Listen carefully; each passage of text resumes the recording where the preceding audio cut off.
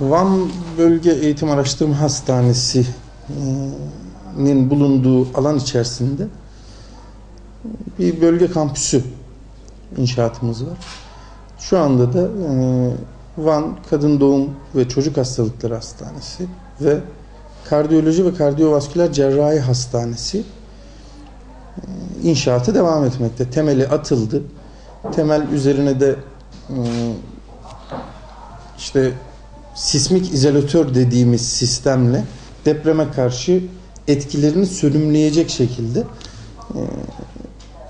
ciddi bir teknoloji isteyen önemli bir projeyle bu hastane inşaatımız şu anda devam etmekte. Yavaş yavaş da sizin de gördüğünüz gibi hastanemiz yükseliyor. İnşallah 2015 yılı başı itibariyle de teslim alacağız ve faaliyete sokacağız.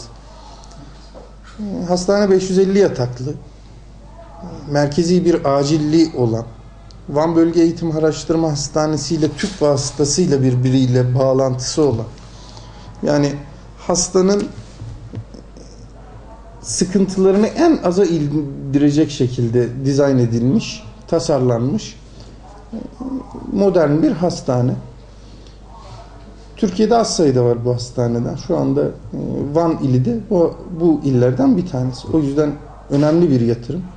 Bunlar çok ciddi yatırımlar. İnşallah bunlar bittikten sonra da Van bir sağlık şehri haline gelecek.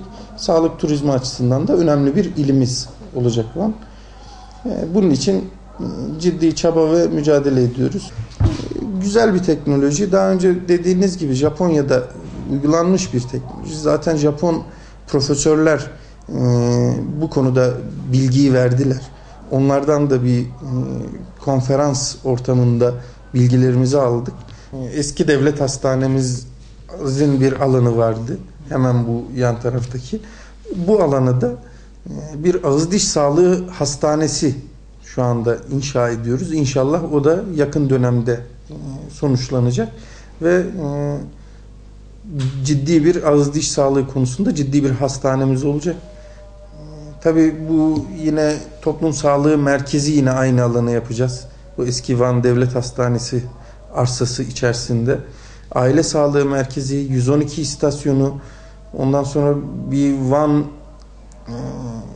ana çocuk sağlığı merkezi, Verem Savaş Dispanseri, yine bu alan içerisinde ufak bir sağlık tesisi şeklinde bir çalışmamız var. İnşallah onları da ileriki dönemlerde sonuçlandıracağız. Van'daki özel hastanelerimiz denetleniyor. Bakanlığımızın bizden istediği yılda en az 2 defa rutin denetlemenin yapılması. Bunlar yapılıyor düzenli olarak. Yılda en az 2 defa rutin denetlemelerimiz var. Bunun yanında eksikliğini saptadığımız anda ya da herhangi bir şikayet aldığımız anda yine ekiplerimiz ilgili hastaneye giderek konu hakkında denetlemelerini yapıyorlar.